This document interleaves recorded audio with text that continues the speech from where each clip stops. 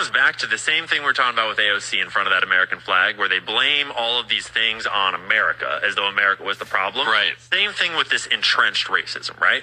If you don't have a background in understanding how the CIA works and how the crack cocaine epidemic actually started, if you don't know how the private prison for profit pipeline works and how many black people they are literally still working as slaves to this day, and that corporations like McDonald's and Starbucks and Verizon are profiting off of slave labor in our prison system today, paying prisoners cents per hour wages. Yes. That, like, if you don't understand those things, then you could think, oh my gosh, America is full of entrenched racism.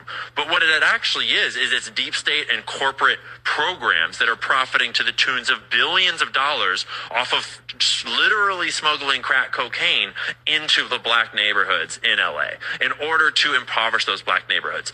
They are running sexual blackmail operations in the black music industry with people like P. Diddy and promoting degenerate music in order to promote degenerate culture, in order to have gangster culture, thug culture, hoe culture, because that keeps this type of people in this lower vibrational thinking. It keeps them doing things that will lead the men to prison and lead the women to whatever the hell it's leading them to. And that is so profitable to them that there's corporations profiting off of it, there's organized crime profiting off of it, there's government profiting off of it, and then they don't have to worry about the votes so much because they can just kind of keep this whole scheme going that they've always had of, like, the blacks will always vote for the Democrats because, like, they need all the welfare enhancements. Yeah, we've made. Fortunately, they're starting to wake up, but they create the problem in order to offer the solution. Just yeah, like and then they try to blame the problem on America as though America was the problem, and then when the problem was actually kind of like the deep state all along. What I say, go, go.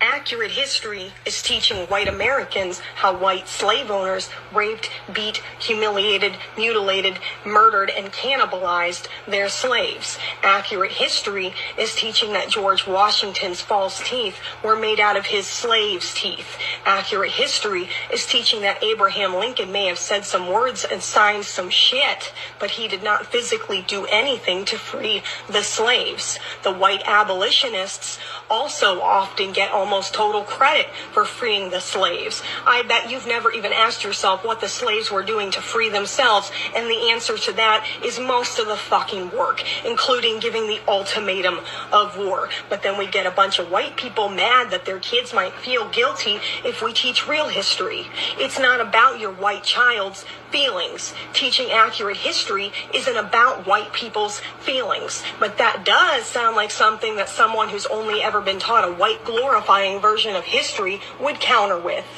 Ask why we ever felt like we needed to curate a false version of what white people did and did not do to black people to begin with. And then ask yourself why white-ass politicians are verbally attacking real history by calling it slurs, which is, by default, also the act of calling black people slurs.